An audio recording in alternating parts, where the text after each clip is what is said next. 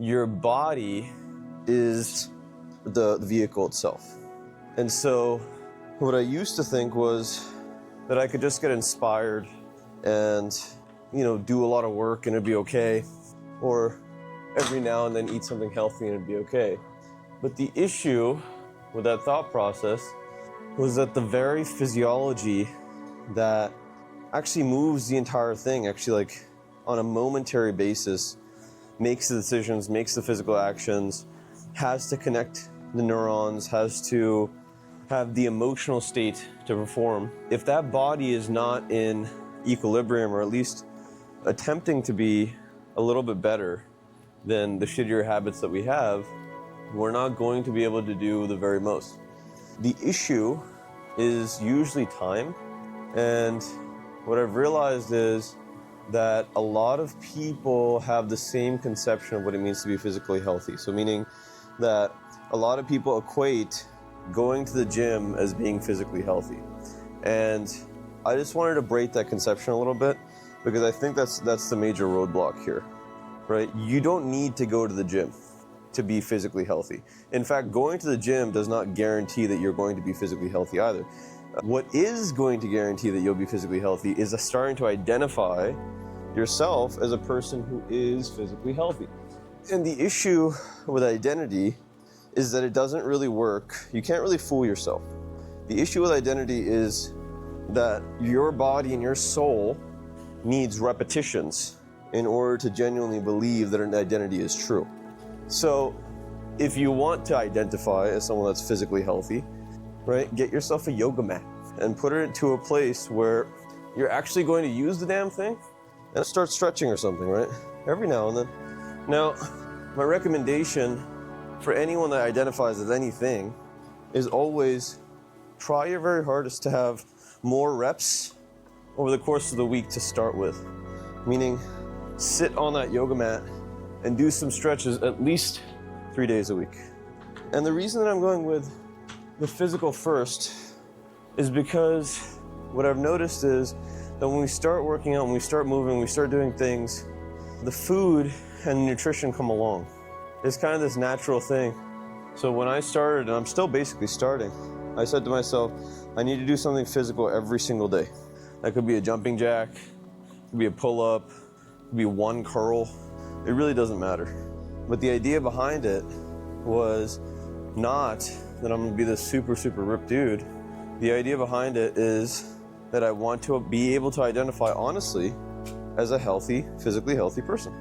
And the beauty of going with that approach is that it's a lot harder to let yourself down, because it starts becoming a life game, a lifelong game, an infinite game, instead of something that's momentary that's gonna happen. It starts becoming something that is just generally gonna happen over the course of your life, which really, if you think about the concept of your body being a temple, right? Temples last a long time. I mean, once you construct a building that's solid, that building ain't going anywhere for a long time. And it makes a pretty drastic difference to approach your life with the concept of building something that's sustainable rather than, trying to do something over a course of a week or a month. In the beginning, you'll have to do over the course of a week, but just having the idea in the back of your head that this is something that I want to do forever, that's really the shit that moves you forward. So, get physical, eat better, learn a little bit about nutrition and how bad carbs can be for you. Listen to people like Dr. Gary Huber, who talks about ketosis and how it impacts your health, and the difference between taking pills versus actually just eating the right shit, and how much more effective it is to just eat the right shit and work out. Fasting's great. A 24-hour fast, anyone's capable of that. It's just a matter of understanding why it's so good. So fasting actually breaks down the bad parts of your cells. So your cells have like just imagine in your house, right? You have a bunch of shit lying around.